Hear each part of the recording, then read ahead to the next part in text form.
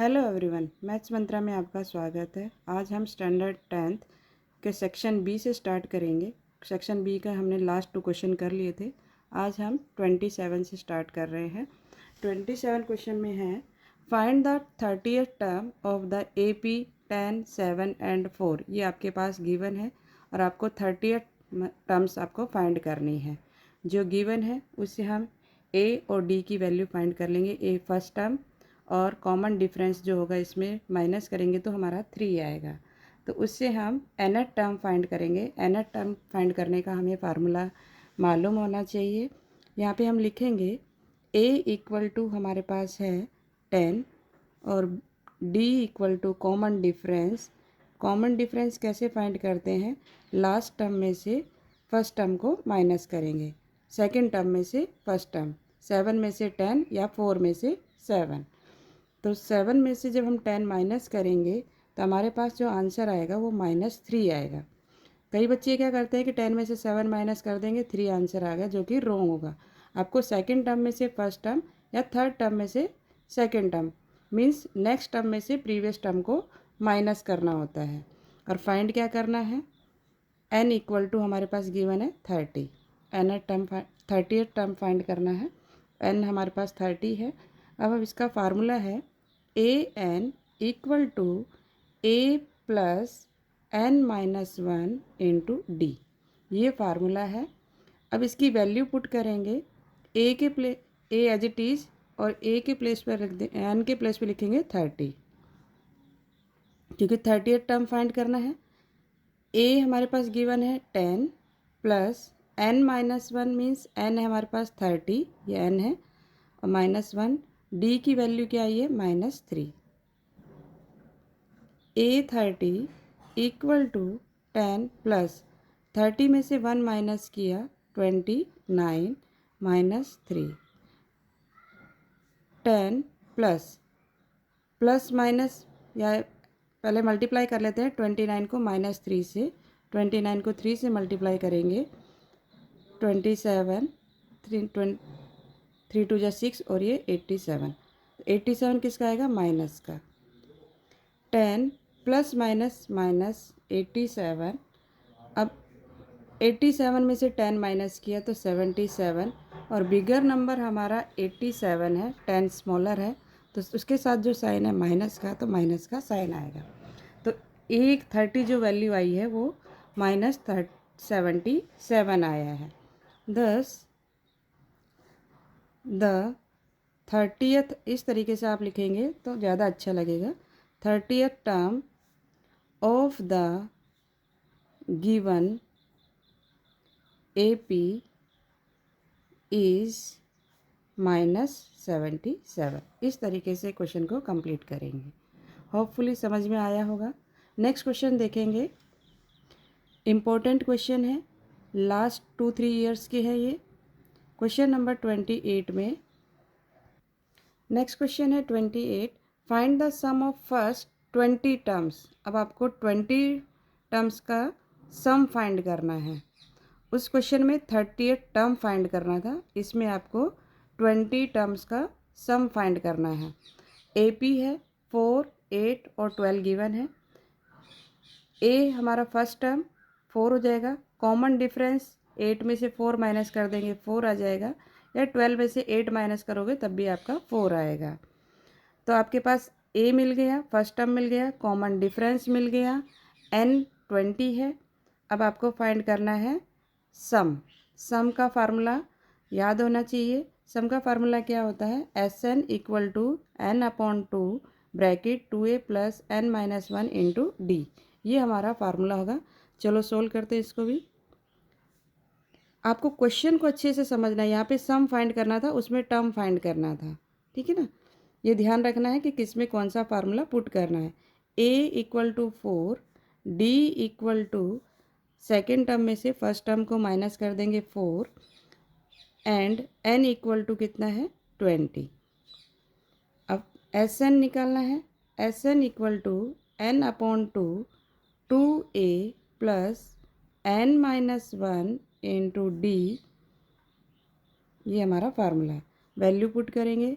n की value कितनी है? 20, 20 अपॉन में 2, 2 ए के प्लेस पे वैल्यू पुट करेंगे, ये जो 2 है ये आपस में मल्टीप्लाई है, मल्टीप्लाई का साइन 4 प्लस एन हमारे पास है 20 माइनस 1, डी की वैल्यू है 4 ब्रैकेट बंद।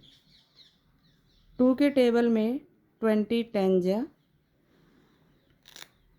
दिया गया हमारे पास 10 और 2 4 जा 8 प्लस 20 में से 1 माइनस किया 19 और इसको मल्टीप्लाई करना है 4 से। 10 8 प्लस 19 4 जा, अगर आपको डायरेक्ट टेबल लाना है तो अच्छी बात है, नहीं है तो मल्टीप्लाई कर लेंगे। 4 9 जा 36, 3 4 1 जा ये 76, तो आ गया हमारे पास 76। 10 अब इन दोनों को ऐड कर देंगे, 76 में 8 ऐड कर दो तो क्या आ जाएगा हमारे पास 84। अब ब्रैकेट है इसका मतलब ये मल्टीप्लाई है। 84 से जब 10 को मल्टीप्लाई करेंगे, 84 को पहले 1 से करेंगे, 84 1 0 है तो यहाँ पे 1 0, 840। जो हमारी 20th टर्म का जो सम आया है वो हमारा कितना होगा 840। इस तरीके से इस क्वेश्चन को लिखेंगे। लास्ट लाइन लिखेंगे 10, the sum of the first 20 terms of the given AP is 840। ये इसका आंसर होगा। होपफुली समझ में आया होगा। नेक्स्ट क्वेश्चन देखेंगे। क्वेश्चन नंबर 29 में देखेंगे, point M 2 -3 is the mid point of the line segment AB। ये लाइन सेगमेंट है, AB हमने लाइन ले ली, इसके मिड पॉइंट में दिए हैं 2 और -3।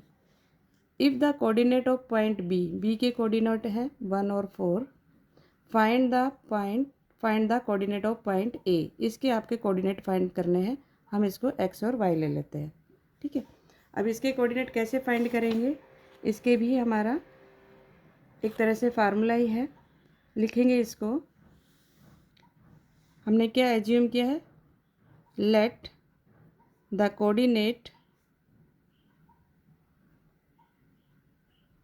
ऑफ ए बी के कोऑर्डिनेट के लिए हमने x और y। m इज क्या है हमारा mid point, m is the mid point of the line segment. कौन सी लाइन सेगमेंट है, ए बी के मिड पॉइंट है। कोऑर्डिनेट हमें गिवन है बी के। अब इसको सॉल्व करते हैं। Mid point of A B, mid point of A B कितना है 2 और -3, ये 2 और 3 है। x प्लस वन अपॉन में 2, y प्लस 4 अपॉन में 2, इसका मिड पॉइंट क्या होगा 2 और 3, 2 और -3। ठीक है, हमने क्या किया, पॉइंट ए के और पॉइंट बी के दोनों के कोऑर्डिनेट को प्लस कर दिया, x plus 1 y plus 4 upon में 2 हाफ कर दिया, तो ये 2 और 3 के इक्वल होगा, 2 और -3 के इक्वल होगा। अब इसकी वैल्यू कैसे फाइंड करेंगे, x plus 1 equal to x plus 1 upon 2 equal to 2 and y plus 4 upon 2 equal to -3। अब इसको सॉल्व करना है। x प्लस 1, 2 को इसके साथ मल्टीप्लाई कर देंगे 4 एंड y प्लस 4, 2 को -3 से मल्टीप्लाई कर देंगे -6।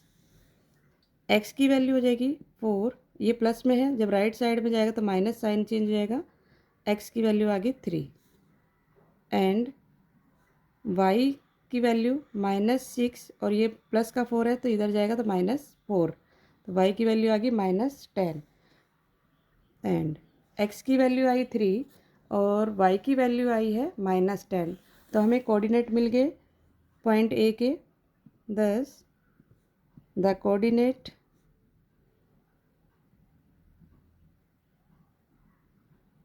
ऑफ ए आर -3 3 एंड -10, ये इसके कोऑर्डिनेट हो गए पॉइंट ए के। इस तरीके से हम इसको सॉल्व करेंगे। होपफुली आपको समझ में आया होगा। आज के लिए इतना ही। अगर आपको वीडियो अच्छी लगी हो तो लाइक शेयर एंड सब्सक्राइब करना ना भूलें। Thank you.